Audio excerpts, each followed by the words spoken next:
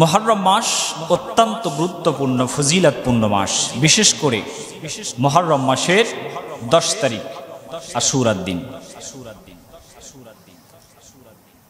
আসলে মুহররমটা হলো বিশ্বনবী মুহাম্মদ রাসূলুল্লাহ সাল্লাল্লাহু আলাইহি ওয়াসাল্লামের ইন্তেকালের 50 বছর পর বেশি আলোচিত হয়েছে। বিশ্বনবীর ইন্তেকালের 50 বছর পরে বেশি আলোচিত হয়েছে। আমাদের দেশে মুহররম পরিচিত হওয়ার ঐতিহাসিক কারণ হলো কারবালা, ঠিক না? ঐতিহাসিক কারণ কারবালা।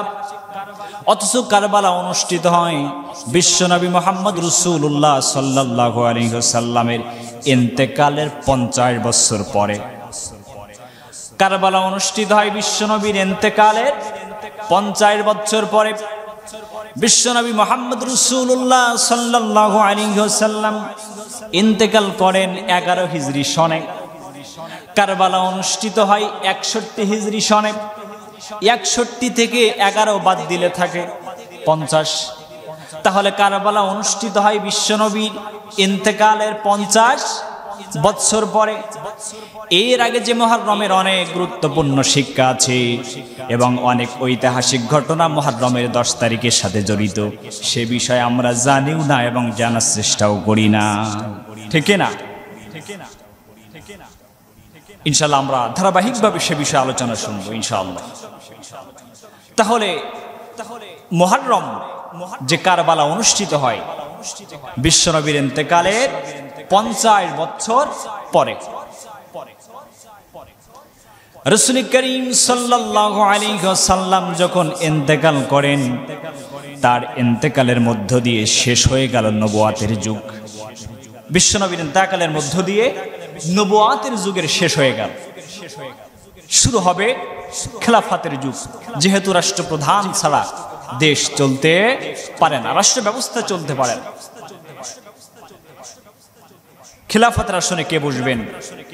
হযরত আবু বকর রাদিয়াল্লাহু তাআলা আনহু যখন খেলাফতের আসনে বসতে যাবেন, মদিনার আনসারদের পক্ষ থেকে একটা জোরালো দাবি আসলো। জোরালো একটা দাবি আসলো, রাসূল করিম সাল্লাল্লাহু আলাইহি ওয়াসাল্লামকে আমরা একাগ্রচিত্তে নেতা হিসেবে মেনে নিয়েছি, কিন্তু আমরা এখন আর কুরাইশের মধ্য থেকে নেতৃত্ব মানতে শুধু চায় না, বরং আমাদের মধ্য থেকে একজন নেতা হিসাবে দেখতে চায়। মদিনার আনসাররা এই দাবি পেশ করল। সাথে সাথে হযরতে আবু বকর রাদিয়াল্লাহু তাআলা আনহু তখন বলেন, ভাই আপনি দাবি করছেন ঠিক আছে, আনসারদের পক্ষ থেকে একজন নেতা হিসাবে দেখতে চান ঠিক আছে, কিন্তু আমি তো বিশ্বনবী মুহাম্মদ রাসূলুল্লাহ সাল্লাল্লাহু আলাইহি ওয়াসাল্লামকে বলতে শুনেছি, আল আইম্মাতু মিন কুরাইশ, কিয়ামত পর্যন্ত নেতৃত্ব দিবে কুরাইশদের মধ্য থেকে।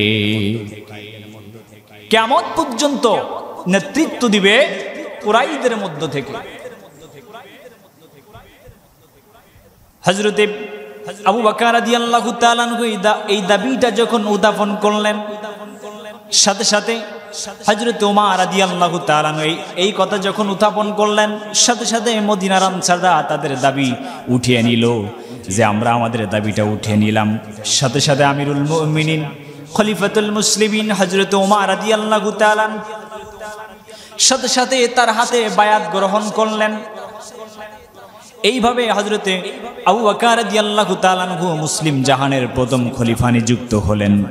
তিনি একাধারে রাষ্ট্র চালালেন 2 বছর 6 মাস। কত বছর? 2 বছর 6 মাস দায়িত্ব পালন করলেন। সিদ্দিক আকবর হযরত আবু বকর রাদিয়াল্লাহু তাআলা আনহু তিনি ইন্তেকালের আগ মুহূর্তে বলেছিলেন যে তোমরা আমার পরে হযরত ওমর রাদিয়াল্লাহু তাআলা আনহু খেলাফতের আসনে বসিয়ে নিও। সিদ্ধান্ত অনুযায়ী হযরতে ওমর রাদিয়াল্লাহু তাআলা আনহু খেলাফতের আসনে বসলেন। খলিফার দায়িত্ব পালন করলেন একাধারে 10.5 বছর। হযরত ওমর রাদিয়াল্লাহু তাআলা আনহু ইন্তেকালের পরে, তার ইন্তেকাল যখন শেষ হয়ে গেল, এরপরে খেলাফতের দায়িত্ব পালন কে করবেন? একে অপরের মধ্য থেকে সিদ্ধান্ত ক্রমে পরামর্শের গণতন্ত্রের ভিত্তিতে খলিফা, তৃতীয় খলিফা নিযুক্ত হলেন জুন্নুরাইন হযরত ওসমান গনি। একাধারে তিনি দায়িত্ব পালন করলেন 12.5 বছর। 12.5 বছর দায়িত্ব পালন করার পরে তাকে শহীদ করা হয়েছিল। শহীদ করার পর কে দায়িত্ব পালন করবেন? হযরতে আলী রাদিয়াল্লাহু তাআলা আনহু দায়িত্ব পালন করলেন 4.5 বছর। এই হলো 30 বছর খোলাফায়ে রাশিদিনের যুগ। খোলাফায়ে রাশিদার যুগ কত বছর? কথা বলেন। 30 বছর। 30 বছর পরে খোলাফায়ের দায়িত্ব শেষ হয়ে গেল। এরপরে হাসান, হুসাইন, এরপরে মুয়াবিয়া। এই মধ্যখান থেকে মুয়াবিয়ার পুত্র ইয়াজিদ জোর করে ক্ষমতায় বসে গেল। জোর করে তিনি ক্ষমতায় যখন বসে গেল, হযরত ইমাম হুসাইন রাদিয়াল্লাহু তাআলা আনহু দেখলেন যে এক দেশে 2 রাজা, দেশ কি চলবে? কথা বলেন না কেন? দেশ চলতে পারে না। এক দেশে 2 রাজা, দেশ চলবে না। ইমাম হুসাইন রাদিয়াল্লাহু তাআলা আনহু সেদিন যদি ইয়াজিদকে মেনে নিতেন, তাহলে তো ইমাম হুসাইনের আর কোনো কিছু হওয়ার সম্ভাবনা ছিল না। কিন্তু তিনি মেনে নেন নাই। কেন? কারণটা হলো এই কারণে মেনে নেন নাই, এই যে মুয়াবিয়ার পুত্র ইয়াজিদ তিনি ছিলেন মদখোর, মাতাল। তিনি ছিলেন মদখোর। ইমাম হুসাইন রাদিয়াল্লাহু তাআলা আনহু দেখলেন এই মদখোর মানুষটাকে আমি যদি রাষ্ট্রের নেতৃত্বভার দায়িত্বভার হিসাবে গ্রহণ করে আমরা যদি তাকে সমর্থন করি, মেনে নেই, তাহলে এই মদখোর যেদিকে যাবে গোটা দেশ এবং জাতি তার দিকেই চলে যাবে। কথা বলে। ছোট্ট কথা বলছি, ভালো করে বুঝুন। আগামীকাল আপনি নওতা থেকে ঢাকা যাবেন, সাতক্ষীরা থেকে ঢাকা যাবেন।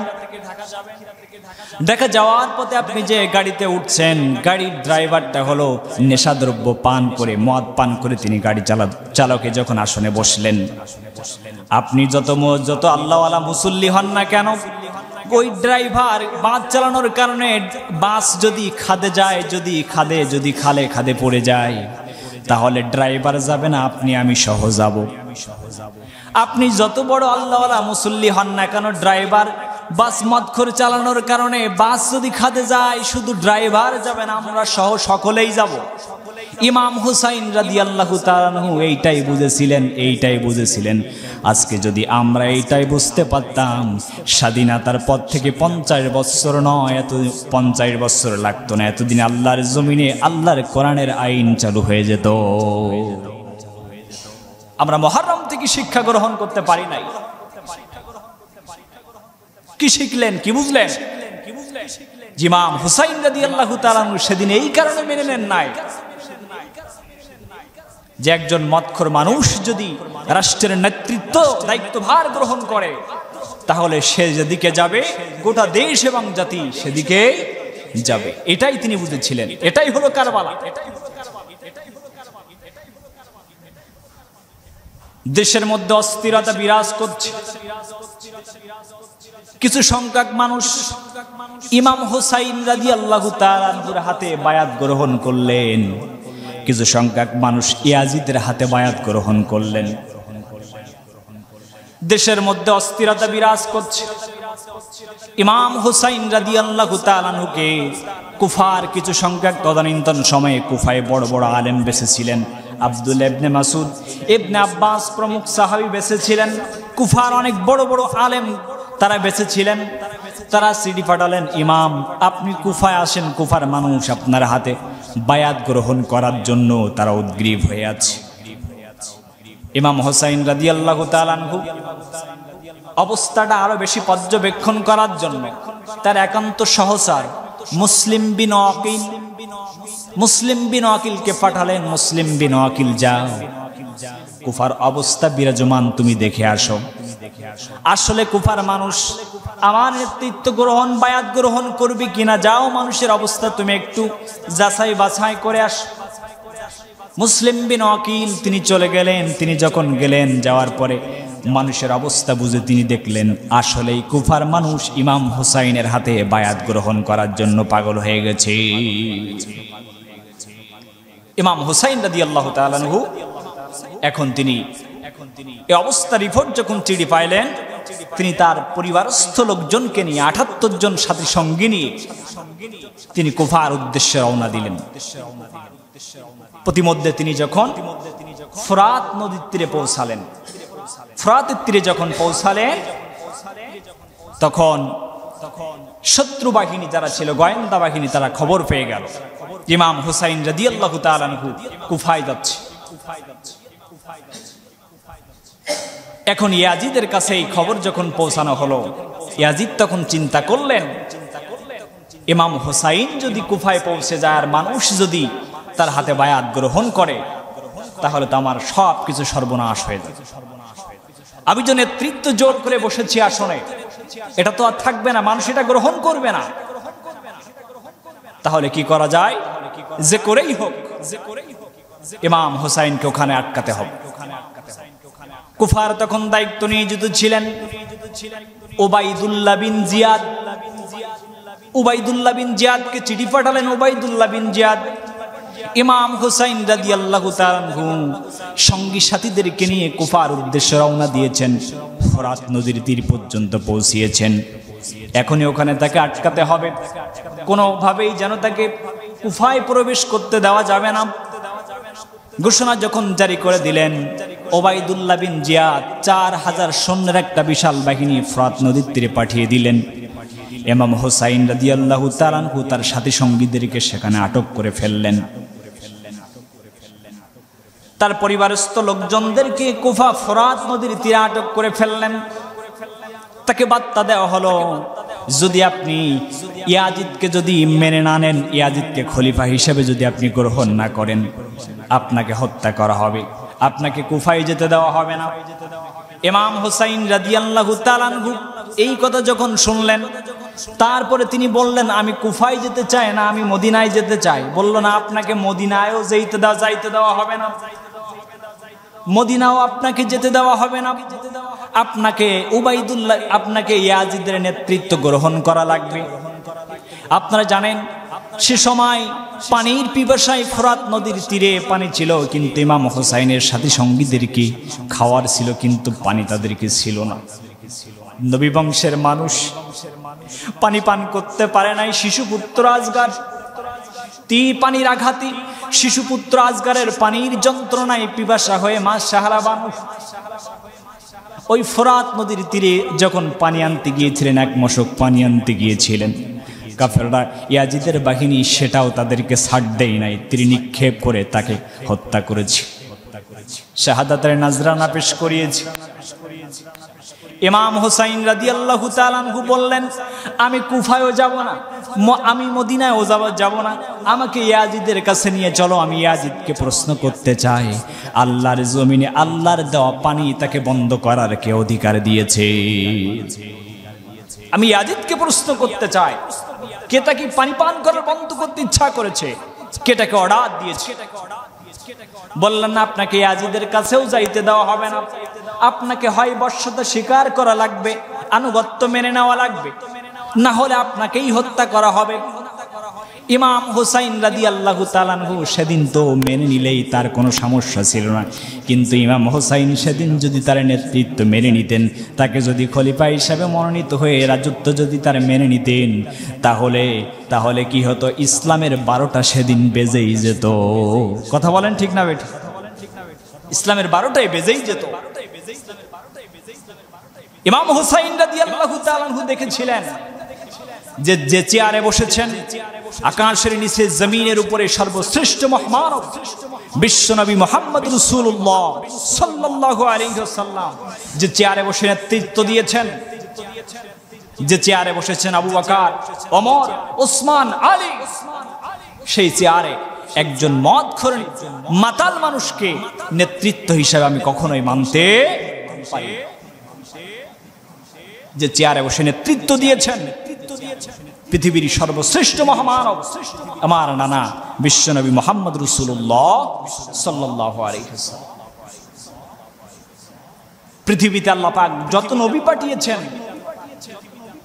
প্রত্যেকটা নবী ছিলেন আলামতের সাক্ষী, কিন্তু আপনার আমার নবী ছিলেন চাক্ষুষ সাক্ষী। সুবহানাল্লাহ বলবেন না? ইন্না আরসালনাকা শাহিদা, হে রাসূল আমি আপনাকে সাক্ষ্য সহ প্রেরণ করেছি, সাক্ষ্যদাতা হিসাবে। কেমন আমার নবী চাক্ষুষ সাক্ষী ছিলেন? হযরত ইব্রাহিম আলাইহিস সালাম তার কওম লোকদেরকে জান্নাতের সুসংবাদ জাহান্নামের যে বিভীষিকাময় চিত্রের কথা বলেছেন, ইব্রাহিম আলাইহিস সালাম কি দেখেছিলেন? জান্নাত জাহান্নাম দেখেছিলেন? দেখেন নাই। ঈসা আলাইহিস সালাম দেখেন নাই, মুসা আলাইহিস সালাম দেখেন নাই। কিন্তু আপনার আমার নবী ছিলেন আলামতের সাক্ষী নয়। একটা উদাহরণ দিলেই পরিষ্কার হয়ে যায়। এই গ্রামে একজন লোক যদি মার্ডার হয়, রক্তপাত সৃষ্টি হয়েছে, মার্ডার হয়েছে, প্রশাসন যখন এসেছে, প্রশাসন এসে দেখলেন লোকটা মৃত অবস্থায়, তাকে দেখলেন রক্তমাখা জামা কাপড় নিয়ে। এই প্রশাসন কিন্তু আলামতের সাক্ষী, কারণ তার অবস্থা দেখেই তারা বুঝেছেন। কিন্তু চাক্ষুষ সাক্ষী ওই ব্যক্তি যে ব্যক্তি প্রকাশ্য দাঁড়িয়ে দেখেছেন। কথা বলেন, এই হলো আলামতের সাক্ষী। পুলিশ হলো আলামতের সাক্ষী, প্রশাসন আলামতের সাক্ষী, কিন্তু যে মানুষটা দেখেছেন এটা হলো চাক্ষুষ সাক্ষী, নিজ চোখে দেখেছেন। আল্লাহ রাব্বুল আলামিন এই জন্য রাসূল করিম সাল্লাল্লাহু আলাইহি ওয়াসাল্লামকে চাক্ষুষ সাক্ষী হিসেবে পাঠিয়েছেন। কাফেররা যদি প্রশ্ন করে, নবী মুহাম্মদ তুমি যে জান্নাতের কথা বলছো, যে জাহান্নামের কথা বলছো, তুমি কি কোনোদিন নিজ চোখে দেখেছো? আমার নবী মুহাম্মদ কেমনে উত্তর দিবে? এই জন্য রব্বুল আলামিন তাকে জান্নাত জাহান্নাম সহকারে গোটা আসমান জমিনের সব কিছু তাকে ভ্রমণ করিয়ে দেখিয়েছে। সুবহানাল্লাযী আসরা বিআবদিহি লাইলাম মিনাল মাসজিদিল হারাম ইলাল মাসজিদিল আকসা। আল্লাহু আকবার। হে রাসূল, আমি আপনাকে এই জন্য মেরাজে নিয়ে গিয়েছি, ঊর্ধ্ব জগৎ ভ্রমণ করিয়েছি। কাফেররা যদি আপনাকে প্রশ্ন করে যে আপনি জান্নাত জাহান্নামের কথা বলছেন, আপনি কি দেখেছেন? হ্যাঁ রাসূল, আপনি তখন বুক ফুলিয়ে বলবেন, হ্যাঁ আমি জান্নাত দেখেছি, জাহান্নাম দেখেছি, আমি সব কিছু রব্বুল আলামিন আমাকে ভ্রমণ করিয়ে দেখেছে, 1 নয় 2 নয় 27 বছর ধরে। সুবহানাল্লাহ। যে কথা বলতেছিলাম, ইমাম হুসাইন রাদিয়াল্লাহু তাআলা আনহু সেদিন তিনি এই জন্য মেনে নেন নাই যে একজন মদখোর মাতাল মানুষ ইয়াজিদ যদি নেতৃত্ব গ্রহণ করে, তিনি যেদিকে যায় গোটা দেশ ও জাতি সেদিকেই যাবে।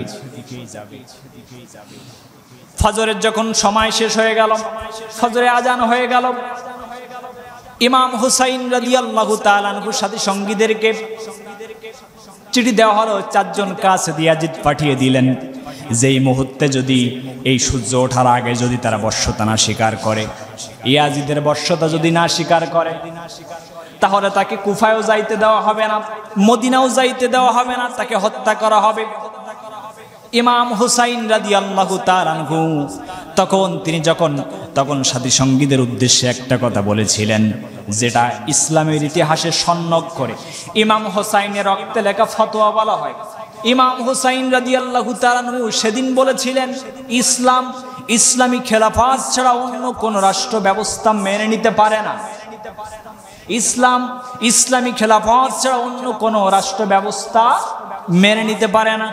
2 নম্বর বলেছিলেন যে সত্য কথা বলতেই হবে, যদি এতে নিজের জীবনও চলে যায়।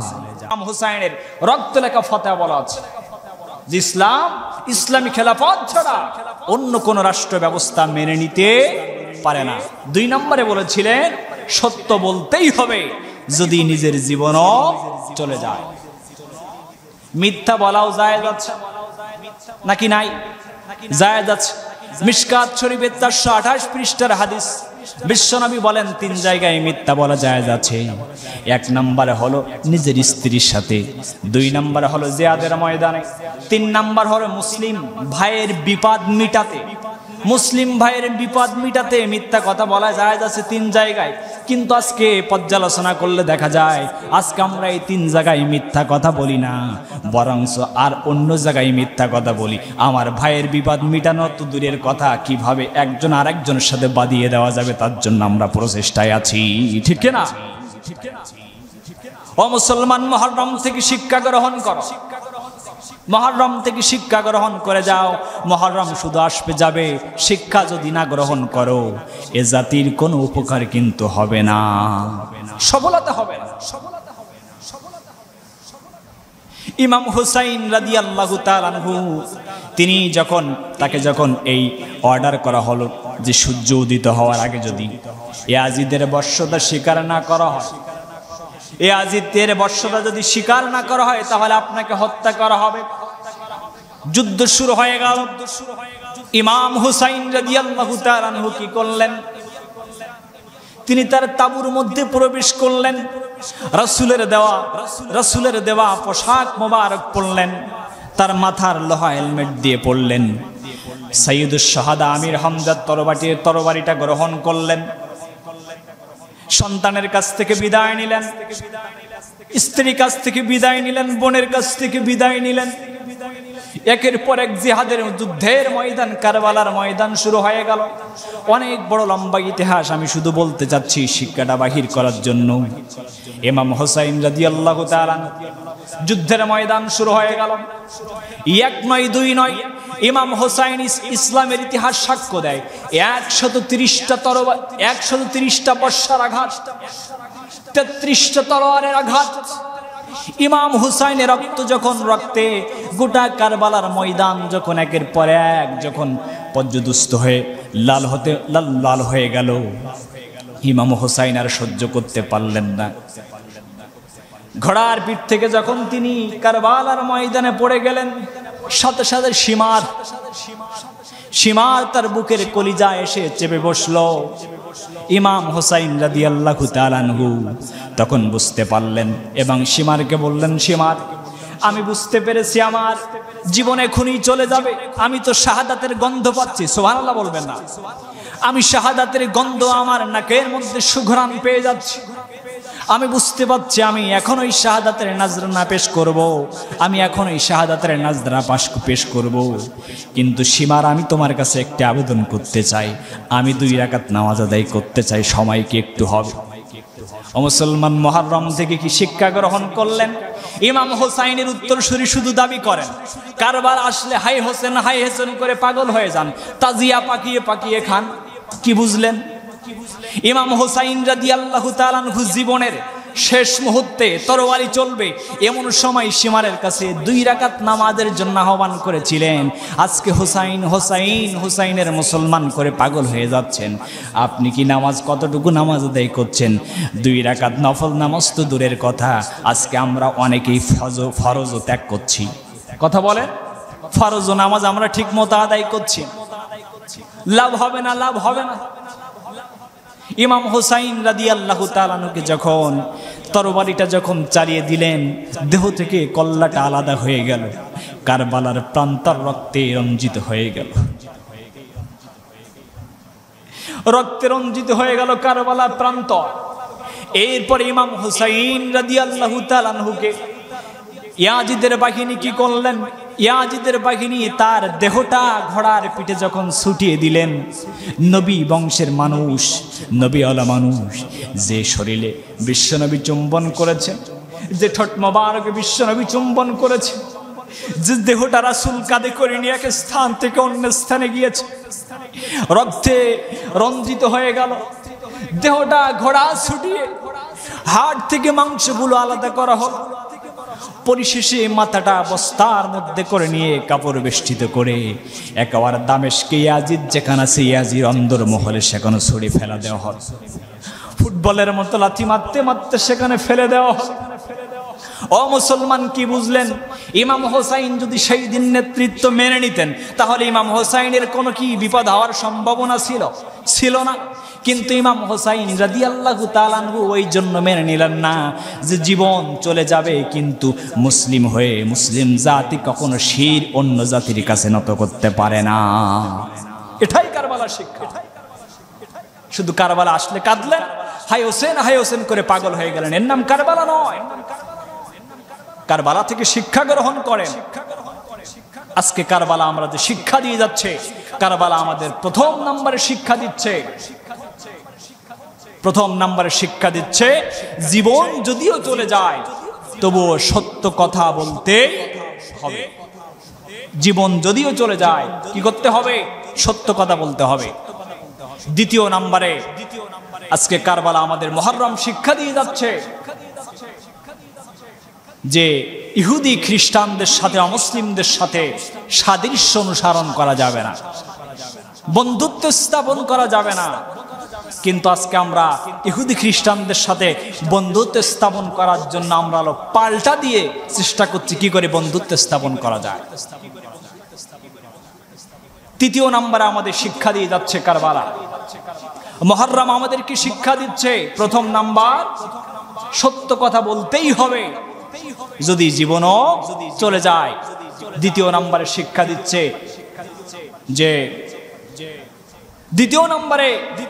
দিচ্ছে যে আমাদেরকে ইহুদি খ্রিস্টানদের পদাঙ্ক অনুসরণ করা যাবে না, বন্ধুত্ব স্থাপন করা যাবে না।